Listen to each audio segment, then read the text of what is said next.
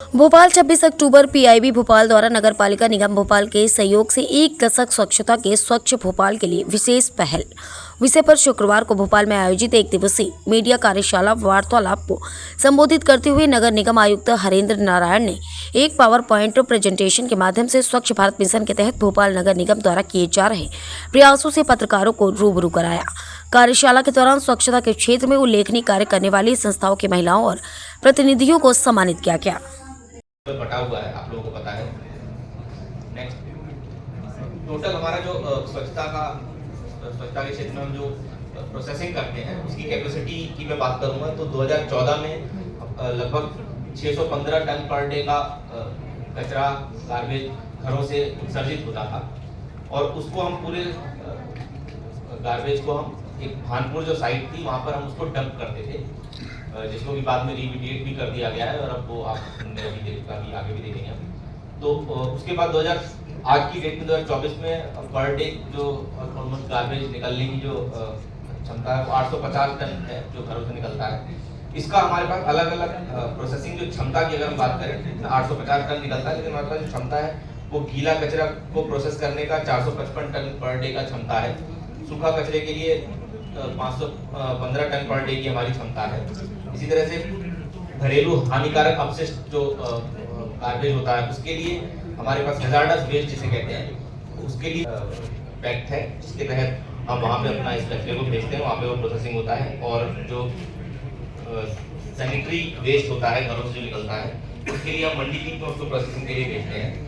और जो C&D construction and demolition जो आपने देखा होगा मलबा वगैरह जब रेनोवेशन वगैरह होता है, कुछ कंस्ट्रक्शन वर्क होता है तो उसका हमारे पास भोपाल में ही 100 टन पर डे का कैपेसिटी का एक प्लांट है जो कोलार में है। तो इस तरह से कचरा जो है वो ऑलमोस्ट 850 टन पर डे निकलता है, लेकिन हमारी क्षमता जो है वो 1200 टन पर डे से अभी फिलहाल में उससे भी ऊपर है।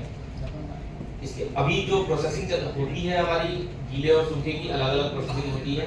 प्रोसेसिंग में हमको कुछ रास्ते में अगर कुछ लोग कहीं कोई जा रहे हैं तो उसको अगर उनके हाथ में कुछ कचरा है, पेपर्स हैं, वो उसमें डाल सकें। लेकिन जो सेकेंडरी बिन्स होते हैं जिसमें पहले आमतौर पे हम लोग अपने घरों से ले जाके कचरा एक जगह डालते थे, क्योंकि पहले डोर टू डोर व्हीकल्स नहीं होते थे, वाला कॉन्सेप्ट नहीं था। लेकिन जब से door to door vehicle concept आया तो सेकेंडरी बिन्स का कॉन्सेप्ट खत्म कर दिया गया है।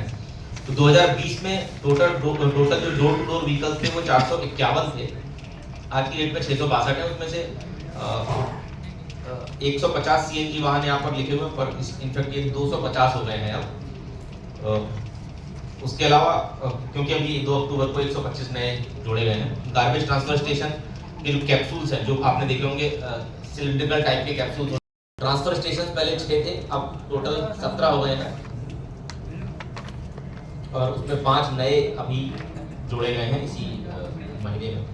डोर टू डोर वाहन जैसा 60 वाहन है, जिसमें 450 जो है वो डोर टू डोर कलेक्शन करते हैं घरों से और 212 जो है वो स्वीपिंग वाहन हैं जो रोड से कचरा इकट्ठा करते हैं, रोड स्वीपिंग का।